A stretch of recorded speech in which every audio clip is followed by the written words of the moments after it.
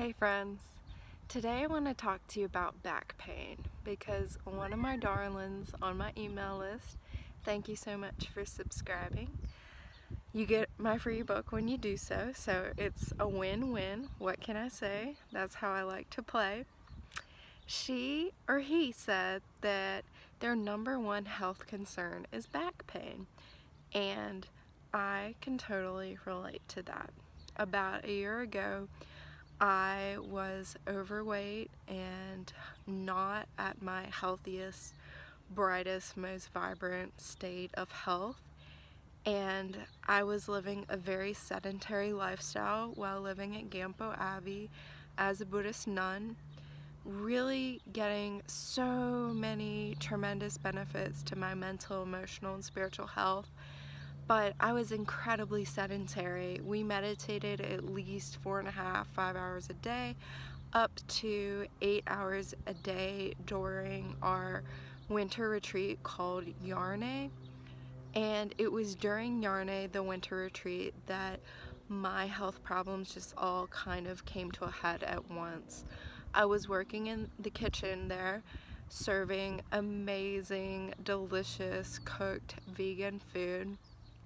And one day I was making vegan pizza and everyone was very excited about this, myself included, and I bent down to look in the oven and check on the pizza, and this kind of like electrical storm went off in my low back like I had never felt before. And I knew something was really wrong, and I very slowly, carefully stood back up, and the pain continued, and again it was kind of like an electrical storm, like radiating out of my low back, and I didn't really want to move. It was quite scary actually, so I slowly moved into the adjacent teacher's office and sat down and talked to some different people. There wasn't a doctor there or anything. It were way out in the middle of nowhere, Nova Scotia, Cape Breton, beautiful part of Canada.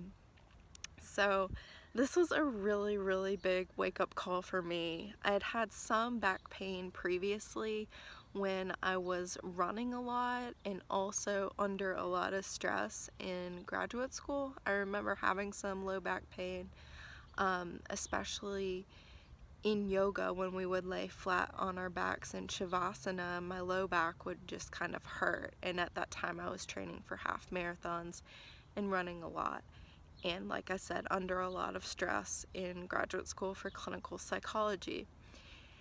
Now, this big wake-up call at Gampo Abbey had put me literally in the bed for about a week. I couldn't really walk or sit or do much of anything without a lot of pain.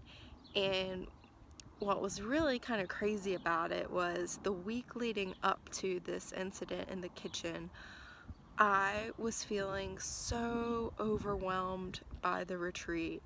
We were in seriously deep meditation, like I said, about 8 hours a day. We were in silence most of the time.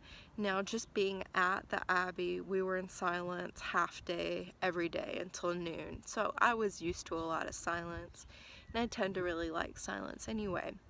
But during this retreat, it was next level. We would have weeks without silence, many days of just being with yourself, being with everything. And I felt so exhausted and overwhelmed. I had a lot of responsibilities in the kitchen. Not only was I trying to make food, normally for people, but I wanted it to be like amazing food, restaurant quality vegan food. And my ego was definitely playing a part in that. I wanted to blow people away and also just like provide some pleasure to people in this very much stripped down retreat experience where we didn't have Wi-Fi, we had no real distractions, no drugs, no alcohol, no sex, just meditating, not even talking, and all vegan and vegetarian food, and most of the people on the retreat were not vegan or vegetarian. I was one of the few who would have eaten vegan no matter where I was. So I was feeling really stressed out about my responsibilities in the kitchen, was feeling really stressed out about responsibilities as a nun there. We had different practice responsibilities, like being the leader of the meditations, opening and closing the shrine, which was requiring me to wake up extra early. At a baseline level, I was already waking up at 5 to open the shrine. I was waking up at like 4, and we were practicing in the evenings after dinner time, so I was not able to go to bed until 9, 10, 11 o'clock by the time I could kind of settle down. And you think of like sitting around meditating maybe as not being the most grueling of activities, and physically, on a certain level it's not, but also sitting upright with good posture, that does take a lot of physical energy, not to mention the extreme mental, emotional, and spiritual energy needed to sustain meditation for that amount of time. And again, not having any distractions, not having any real outlets, not having any time to check out, I was feeling quite overwhelmed with that.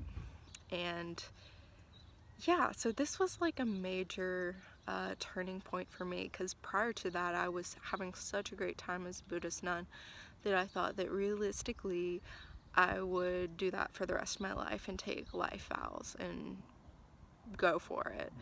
But it became very clear very quickly with my back injury that that was not the case, and that I was there wearing Buddhist robes as a monastic on a temporary basis, and that there were some things that I was not really facing, and all of those things were coming up. And these were really, really profound, deep truths. Like, part of my motivation going there was because I'd given up on myself, and I was sitting with a lot of self-hatred about that. So that kind of informs maybe some of the spiritual, mental, emotional underlying issues that were percolating beneath that back pain. But also, as soon as my health took that drastic turn for the worse, like I said, I was not feeling good prior to that. I'd put on a lot of weight. I was sluggish. I was relying on caffeine and lots of coffee to get myself through the day. I was not sleeping well. I had pain in my joints. I was not moving around freely. When I woke up in the morning, my feet hurt quite a bit, and physically I was really not feeling my best. And I had been low fat raw vegan before, so I knew how good I could feel. I had juice cleansed, water fasted, all of that, and had sustained much higher levels of physical health before. So I knew that something had to change, and that I was the only one who could change it. So,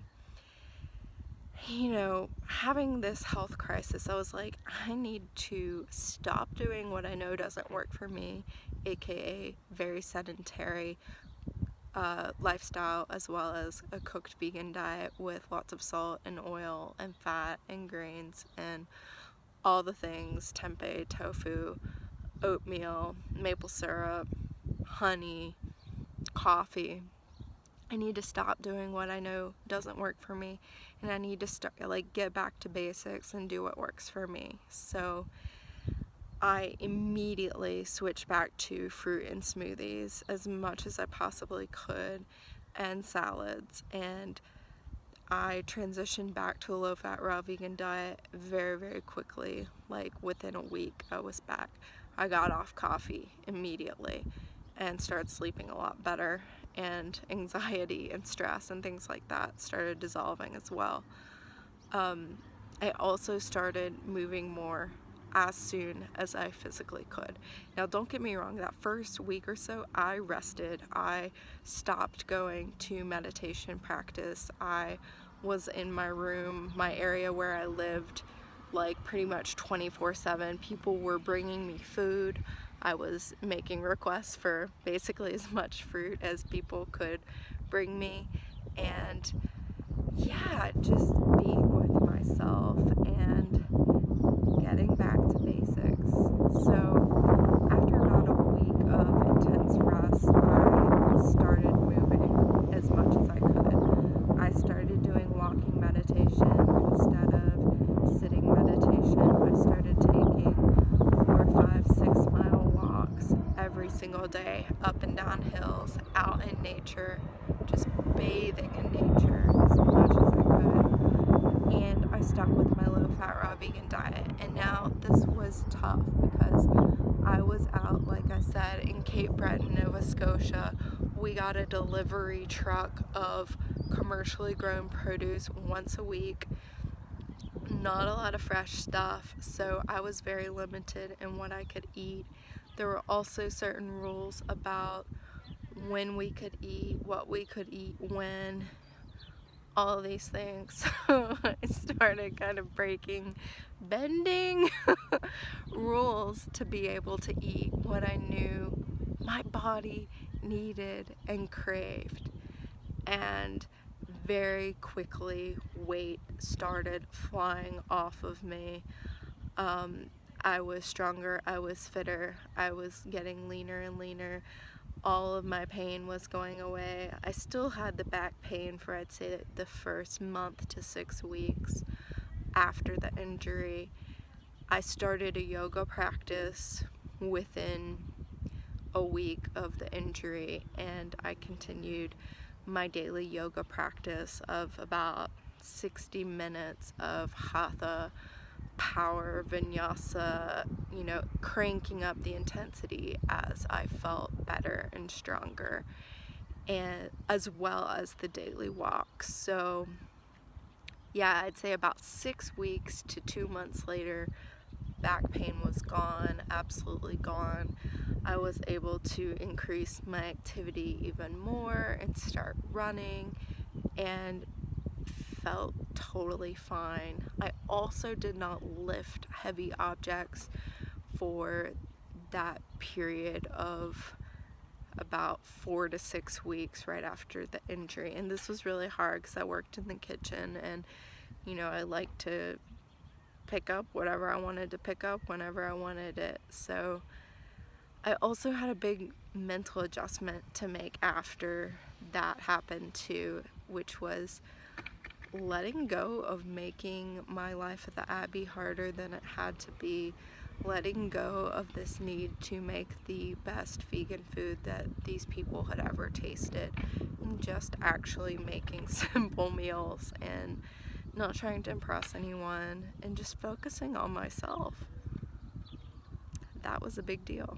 So yeah, after that I continued, and I continue to this day on the low-fat raw vegan path, more and more activity as dictated by my body's needs. And currently my body likes about 90 minutes of hot power vinyasa yoga. It's a combination of Ashtanga and Bikram hot yoga every single day, to get my strength and my stretch and my sweat in, and it's so amazing for my mind.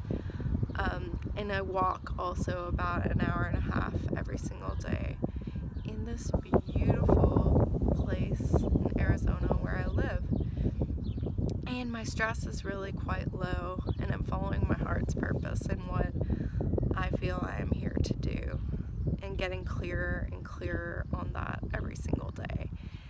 And I think maybe most importantly, I've not given up on myself. I am giving myself a big, fat, juicy, loving, compassionate chance. So I hope you found this video helpful. If you have more questions about chronic pain, back pain, your experiences, I would love to hear about those. So mention those in the comments.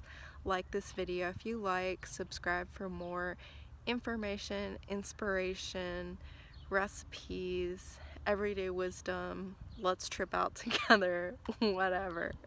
So yeah, I look forward to connecting more, and I wish you a wonderful, joyful day.